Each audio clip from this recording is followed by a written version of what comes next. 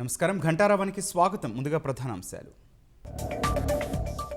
భూగర్భ జలాల పెంపునకు చర్యలు తీసుకోవాలన్న సీఎం. తద్వారా వ్యవసాయ విద్యుత్ ఆదా అవుతుందని వెల్లడి.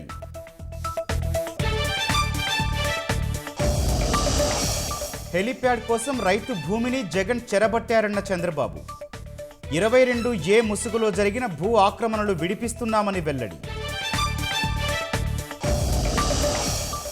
వడివడిగా గుంటూరు అరండల్పేట ఆర్ఓబి పనులు.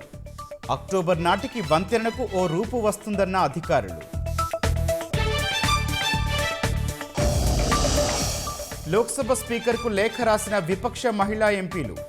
అధికార పక్షం ఒత్తిడితో నిరాధార ఆరోపణలు చేశారని ఆవేదన.